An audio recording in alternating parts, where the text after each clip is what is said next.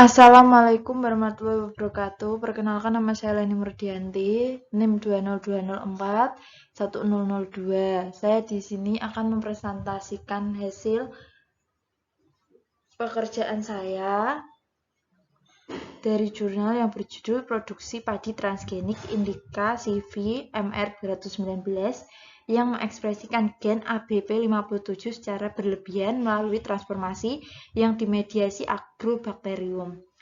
Transformasi padi indica berperan akan agrobakterium, yang merupakan proses yang disebabkan oleh sifat semula. Jadi, padi yang rekalsitran terhadap transformasi. Oleh karena itu, pengoptimalan transformasi protokol sangat penting untuk setiap kultivar padi indica, yang khusus untuk memastikan keberkesanan transformasi. Kemudian adalah latar belakang. Hal yang melatar belakangi penelitian ini adalah agrobakterium transformasi merupakan metode yang banyak digunakan dalam transformasi berbagai varietas padi karena kemampuannya untuk menghasilkan jumlah transgen dan salinan yang rendah. Kemajuan ini memberikan pilihan baru untuk perbaikan tanaman untuk mempertahankan permintaan beras yang terus meningkat dan juga untuk mempelajari fungsi gen pada tanaman padi. Agrobakterium mediasi transformasi sangat bergantung pada pembentukan sistem kultur jaringan, yang merupakan tantangan utama indica transformasi beras. Selain itu, sistem regenerasi dengan efisiensi tinggi juga diperlukan untuk meregenerasi transforman.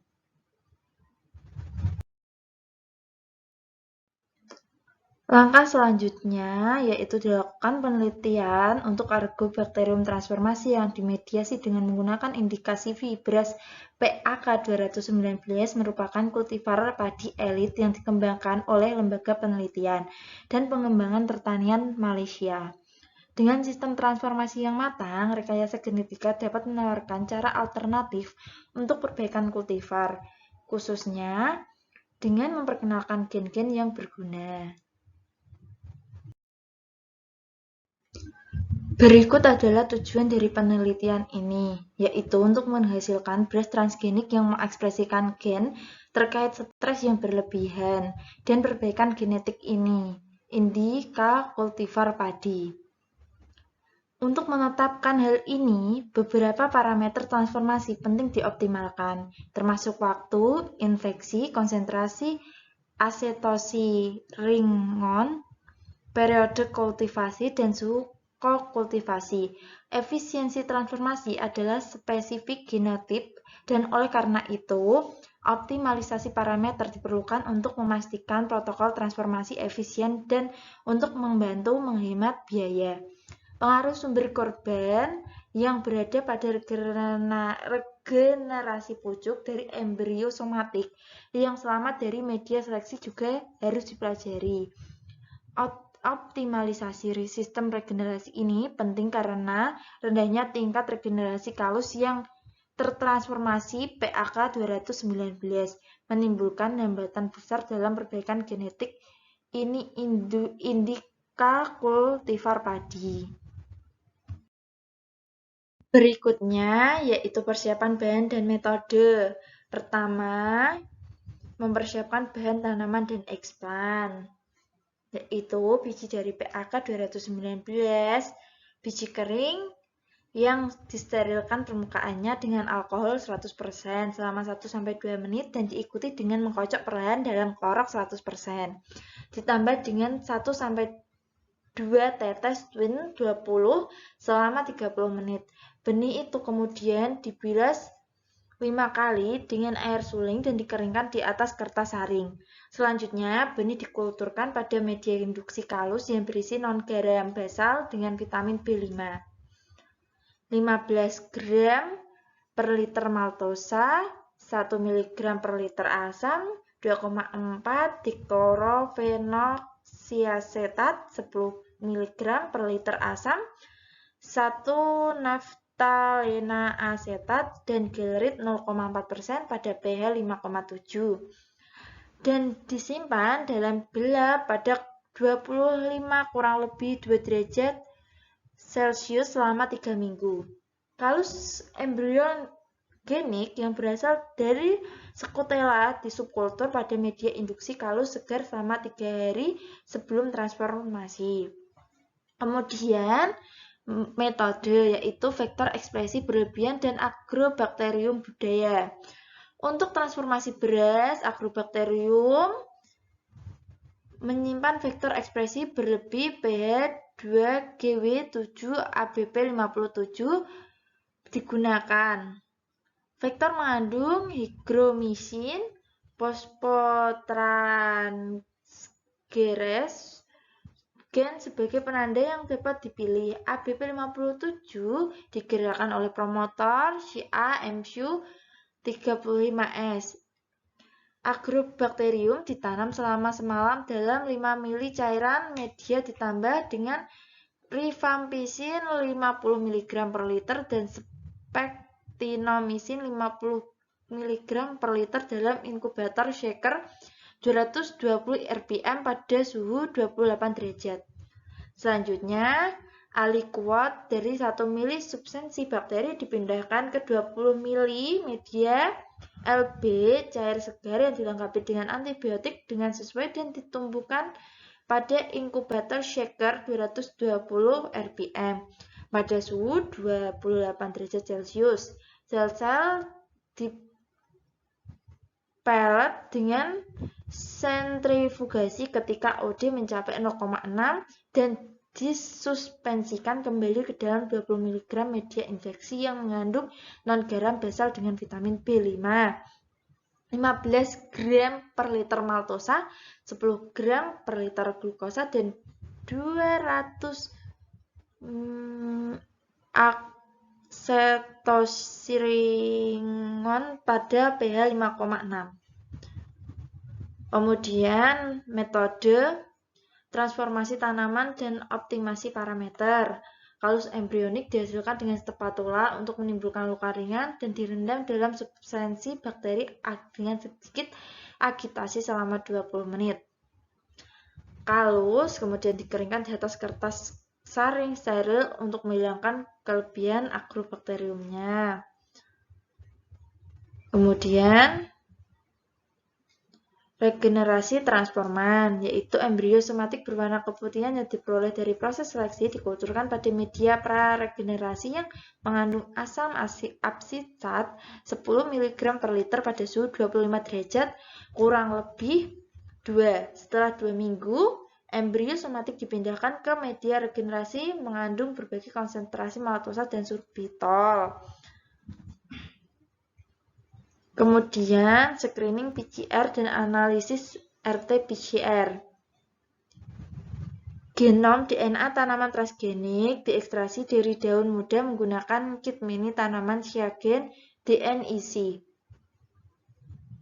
Kemudian yang terakhir adalah analisis statik.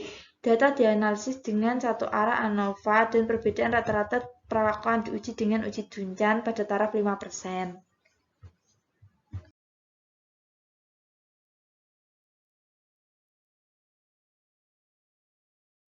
Kemudian yang terakhir adalah analisis statik. Data dianalisis dengan satu arah ANOVA dan perbedaan rata-rata perawakan diuji dengan uji Duncan pada taraf 5%.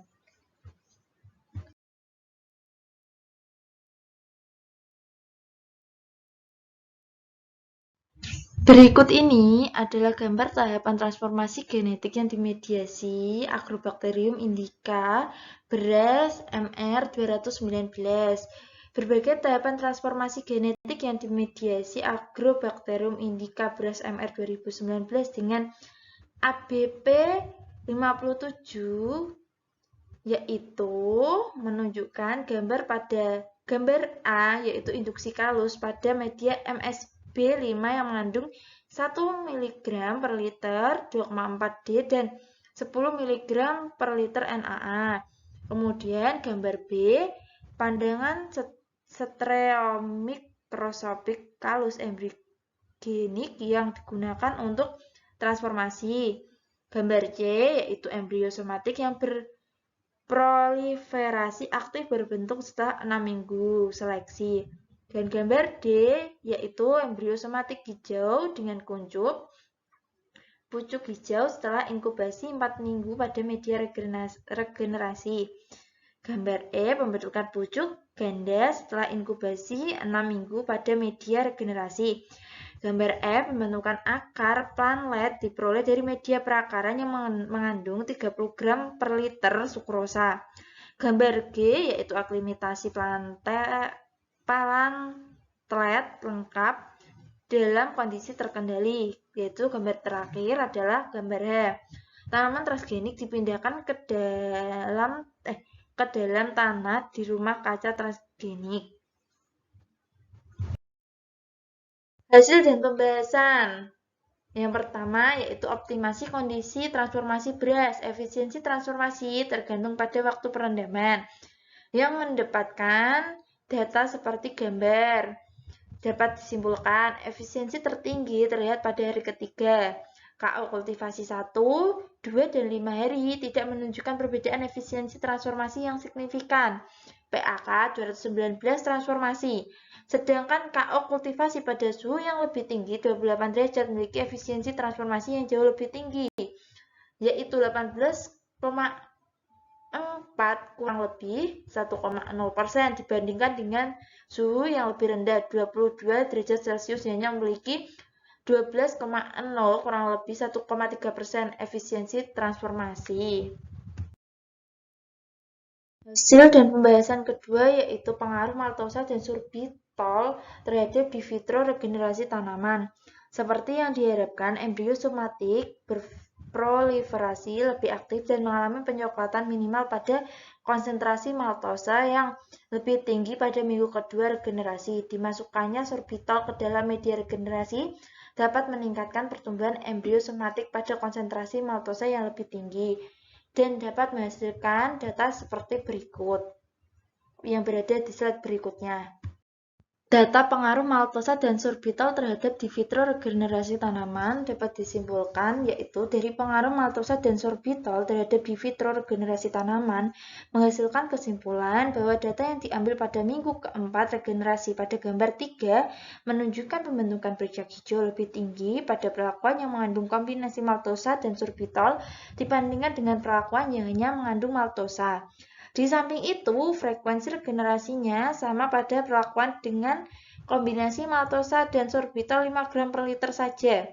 Perlakuan hanya dengan kombinasi maltosa atau 5 gram per liter sorbitol memiliki frekuensi regenerasi yang lebih rendah dibandingkan dengan perlakuan dengan kombinasi maltosa dan 15-20 gram sorbitol. Kemudian yaitu screening PCR dan analisis RT-PCR. PCR screening dilakukan untuk mengkonfirmasi transgen dan mendapatkan hasil data seperti di slide berikutnya. Data screening PCR dan analisis RT-PCR mendapatkan kesimpulan yaitu gambar 4 menunjukkan hasil aplikasi PCR produk 467 BP dari jalur independen transforman yang diduga fragmen yang diharapkan dari promotor AMSU 35S parsial dan transgen hadir. Hasil pengurutan juga telah mengonfirmasi band-band tersebut adalah urutan yang diinginkan. RT-PCR analisis juga menunjukkan bahwa transgen diekspresikan secara berlebihan dalam 5 baris tanaman transgenik yang independen pada gambar 5. Namun demikian, endogen ABP57 juga terdeteksi pada tanaman tipe liar, tetapi pada tingkat yang sangat rendah dibandingkan dengan tanaman padi transgenik yang diekspresikan secara berlebihan ABP57 gen. Kemudian yaitu optimasi transformasi. Periode perendaman telah menunjukkan pengaruh yang signifikan terhadap efisiensi transformasi. Peningkatan lebih lanjut dalam periode budidaya cenderung menyebabkan agrobakterium memiliki pertumbuhan yang berlebih atau nukrosis kalus, sehingga efisiensi transformasi akan mengalami penurunan. Protokol transformasi yang dioptimalkan akan memungkinkan transformasi beras dilakukan dengan tingkat keberhasilan yang lebih tinggi.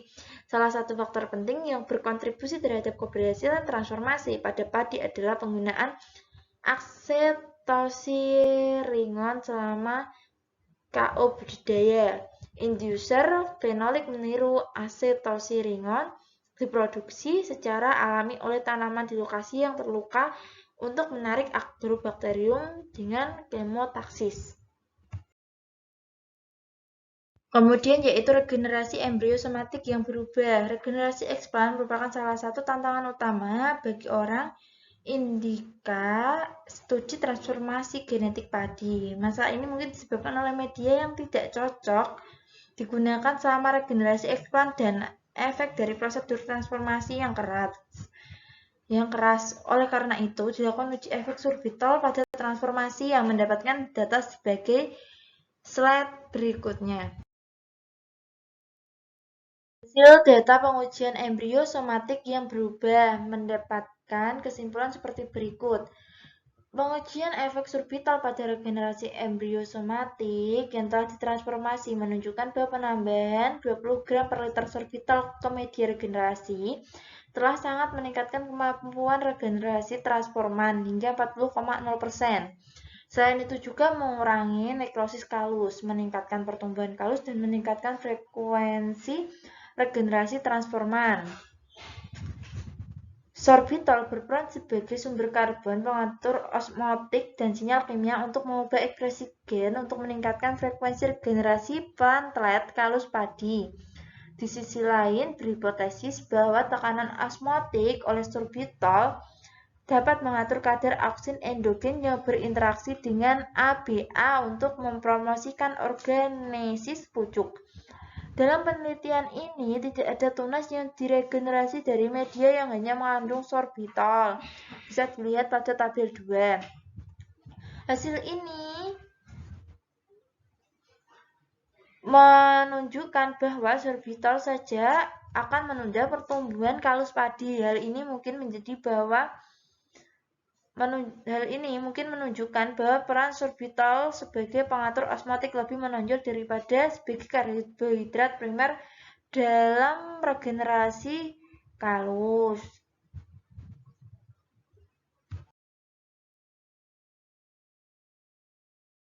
Yang terakhir adalah kesimpulan. Agrobacterium teknik transformasi termediasi berhasil diterapkan pada indika CV beras PAK 219 dengan menggunakan pembawa vektor ekspresi berlebih ABP 57. Beberapa parameter transformasi penting dan sumber karbon yang digunakan dalam media regenerasi telah dioptimalkan. Tambahan dari sorbitol dapat meningkatkan frekuensi regenerasi pucuk PAK 219. Dengan penemuan ini, transformasi genetik dari PAK 219 dengan gen penting yang berguna akan dapat diterapkan di masa depan. Sekian presentasi dari saya. Apabila ada tutur kata kurang berkenan dan penempatan kalimat yang kurang tepat, saya mohon maaf. Saya ucapkan terima kasih sebanyak-banyaknya.